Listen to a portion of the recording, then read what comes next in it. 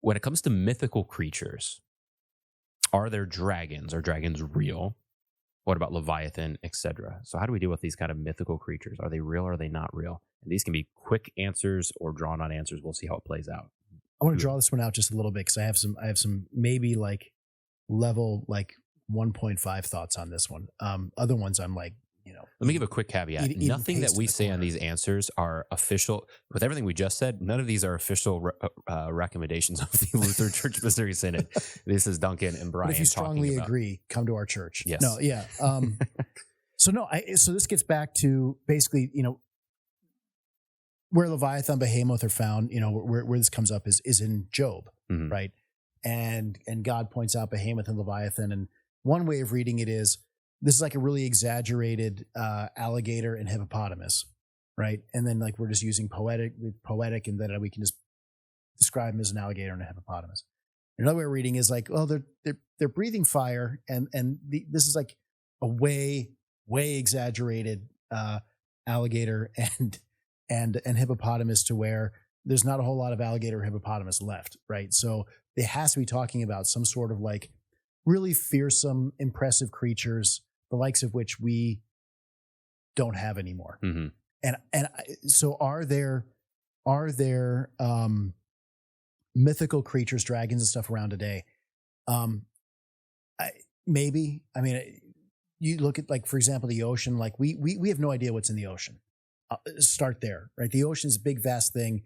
You do the 5-minute YouTube video on like how big is the ocean and how deep, and like we have no idea what's in the ocean. So absolutely there could be in the oceans alone.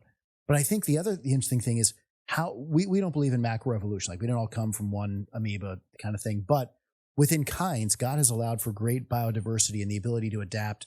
And I would argue adapt quicker than most evolutionary scientists think we can adapt. Mm-hmm. Right? And you like data points. The data point is when archaeologists dig up America, right, and they dig up a Civil War soldier, they're going to dig up a male about 5'5" and 130 pounds. Mm-hmm. And that's your average dude back then. 150 years later, 160 years later, they're going to be digging up like giants, right? Like, we've grown. Now we've grown because we eat more and we move less, and we eat arguably better. Mm-hmm. Some minus the plastics, but like, yeah, and all that, or the Roundup on that. Anyway, it's kind of we're just eating more, yeah. right? So, but archaeologically, you're going to see our skeletal size like over 6 generations increase by 30%. Mm-hmm. Well, you extrapolate that out for 1,000 years, and who knows? What Shrek? Like, I don't know, but like, we're not going to look like we did, and they're going to come up with some, reason for it. Mm-hmm. There's no reason why you could not have had dragons however many years ago that just adapted into current forms or became extinct. Yeah.